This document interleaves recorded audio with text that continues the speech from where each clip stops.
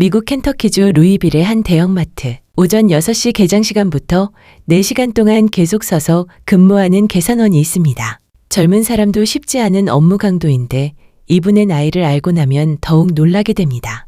바로 100세가 넘은 조클레타 윌슨 씨입니다. 뒷모습을 보고 누가 100세라고 짐작할 수 있을까요? 윌슨 씨는 남의 도움 없이 직접 운전하며 출퇴근을 하고 퇴근 후에는 혼자 사는 집의 살림과 정원 가꾸기까지 모두 직접 챙깁니다. 윌슨 씨의 악력을 측정한 결과 14.6kg으로 100세 평균보다 약 2kg이나 더 높았습니다. 그 비결은 바로 평생 몸을 단련하며 지켜온 근력이었습니다. 반면 우리나라 현실은 어떨까요? OECD 보고서에 따르면 2022년 한국에서 돌봄이 필요한 노인 비율은 3%였지만 2050년에는 회원국 중 가장 높게 상승할 것으로 전망됩니다. 나이가 들면 기력이 떨어지고 근육이 줄어드는 것을 당연하게 여기고 계시나요? 하지만 이는 단순한 노화가 아닙니다. 적극적인 관리와 치료가 필요한 질병, 바로 근감소증입니다. 근육은 30대의 정점을 찍은 후 매년 약 1%씩 감소합니다. 70대가 넘으면 그 속도가 더욱 빨라져 80대가 되면 30대 근육량의 절반 수준까지 떨어집니다. 근육이 줄어들면 낙상과 골절의 위험이 높아지고 이는 사망률을 최대 9배까지 증가시키는 치명적인 악순환을 초래합니다. 하버드 의대 연구에 따르면 근감소증은 당뇨병, 심혈관계 질환, 심지어 치매 발생 위험까지 높이는 것으로 나타났습니다. 그렇다면 100세에도 건강하게 일하는 윌슨 씨처럼 어떻게 해야 노년에도 젊고 건강하게 살 수 있을까요? 오늘은 과학적으로 검증된 근육 지키기 비결과 반드시 챙겨야 할 필수 영양소들을 말씀드리겠습니다. 끝까지 들으시면 오늘 당장 실천할 수 있는 구체적인 방법을 얻으실 수 있습니다. 근감소증을 예방하고 치료할 수 있는 과학적으로 검증된 방법은 딱 2가지뿐입니다. 바로 제대로 된 운동과 충분한 영양 섭취입니다.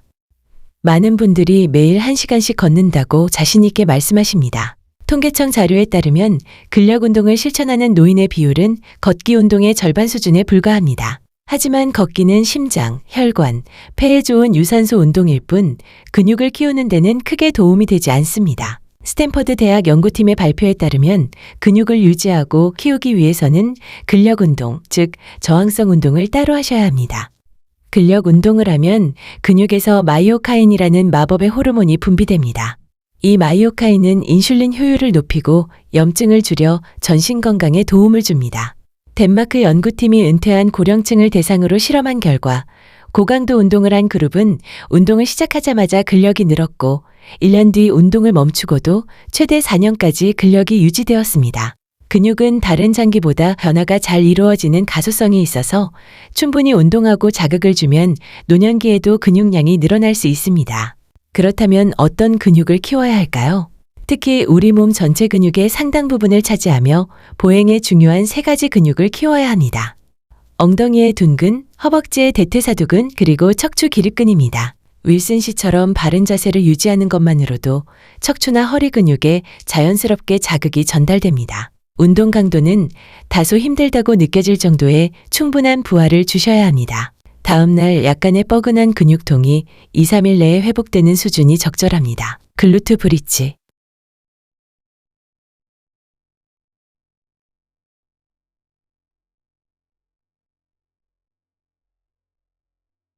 벽 스쿼트.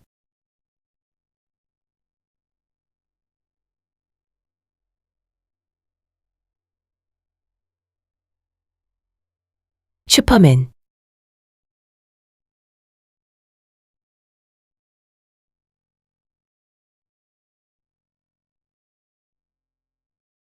운동과 같이 관절에 무리가 가지 않는 저강도부터 시작하십시오. 주 2-3회 꾸준히 실천하는 것이 가장 중요합니다.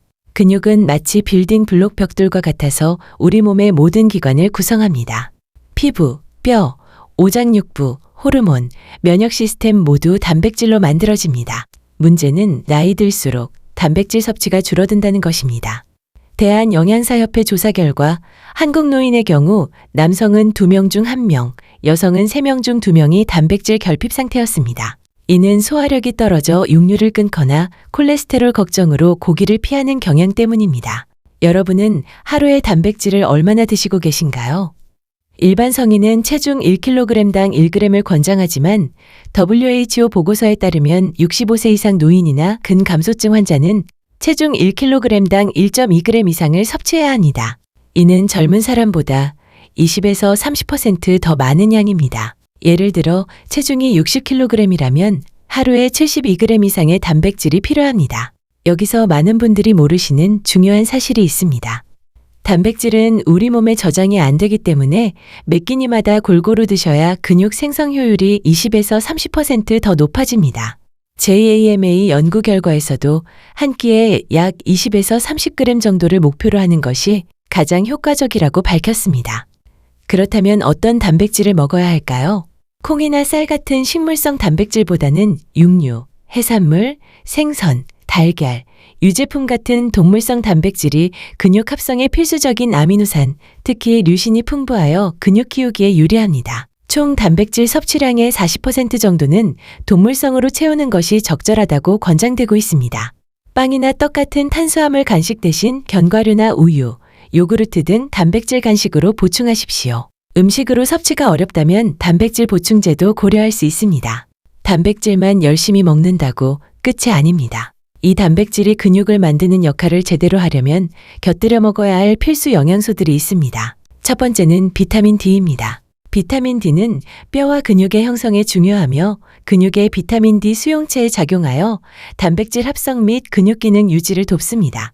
존스 홉킨스 의대 연구에 따르면 특히 낙상 위험을 줄여주는 효과가 큽니다. 햇빛 노출만으로는 부족하기 때문에 하루 1000IU 정도의 섭취를 권장합니다. 두 번째는 오메가3입니다. 오메가3는 우리 몸의 염증 수치를 낮춰 근육이 빨리 분해되는 것을 막아줍니다. 염증이 높을 경우 단백질이 분해되어 에너지로 쓰일 위험이 커집니다.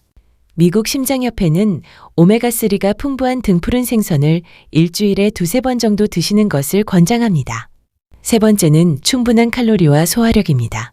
단백질만 챙겨 먹고 하루 총 칼로리 섭취량이 적으면 섭취한 단백질이 근육을 만들지 못하고 에너지, 즉 땔감으로 사용됩니다.